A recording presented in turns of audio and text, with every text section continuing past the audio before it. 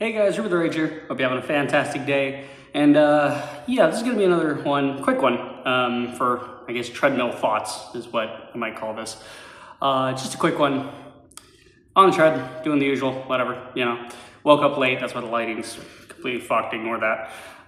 The thing I want to talk about today, just a quick one, is how you can't get out of poverty, right? Like, when you actually examine it, right, you look at capitalism, you look at the system of money and trade and, the whole trickle-down economics of this country, right, which just made it fucking untenable to be poor, right? It's impossible. It's exceedingly expensive to be broke, right? Like, when you have no money, the world is more expensive because you have no money. If you have a little bit of money, you're still poor, right? But the difference is you don't know that you're poor, right? It's you think you're not poor, except when you examine it objectively, right? And you look at who has all the wealth, who has all the money, who has all the power. It's like 6 or 7 guys. On a planet of 8 billion people, there's a handful of men who control basically all the wealth and resources. How we got here, pick up a history book, you'll figure it out real quick how we got here. Simple greed, basically. Greed, unfettered greed, basically, is how we got here. And yeah, I hate when people say like, oh yeah, you live frugally, cut this out, cut that out. Okay, that's a finite solution to an infinite problem, right? The infinite problem is you always need more money because our system is designed in a way that getting your own food, water, and shelter is basically impossible. If you want a house, somebody owns the land that the house goes on, right? So you owe somebody some money, rent, mortgage, property tax. You are required to keep generating income in the system, right? You have to be able to pay for that, okay? If you want water, there's a water bill, or you have to put a well in, again, on the property, right? Or, I'll just go get it from the local river. Well, you have to get it from a certain point in the river because the river's got animals in it, and then also people are near it, so the rivers, if the EPA is not doing their job, the river might be fucked up in some way. So it's not just like, let me go get it. Again, even natural rivers though, right? There's very few natural sources where you can just go sip the water and it'll be fine. There's usually a lot of bacteria in there, and you want to avoid that.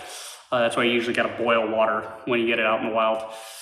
Food's another one. You could grow a garden, right? A lot of people, again, you need the space to grow a garden.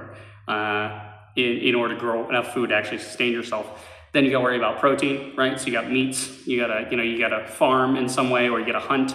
Hunting, again, limited because somebody owns the land. So we gotta conserve the animal species. So that's why we moved from a hunter-gatherer to an agrarian society.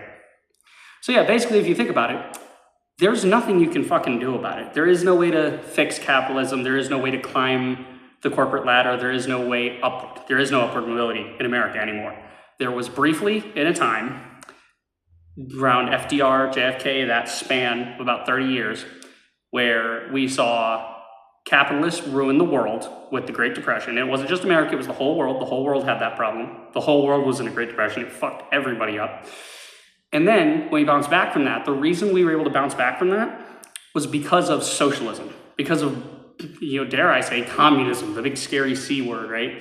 And I don't fucking like communists any more than the next guy, right? Because of what people like Putin and Stalin, there's a big difference between a Marxist and a communist and a whatever. It depends on what part are you looking at the actionable thing? Because again, just like capitalism, communism, great idea on paper.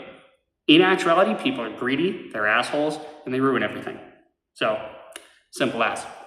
But yeah, there is the golden age of America was not because of capitalism, and it wasn't because of frugality or anything like that. It was that everybody had nothing, right? And then somebody in charge actually did their job and held the capitalists who ruined the economy to, they held them accountable. They put their feet to the fire and said, look, you're gonna pay your fair share. You're going to hire people at proper wages. We are going to ensure the American people are secure. And lo and behold, there we are.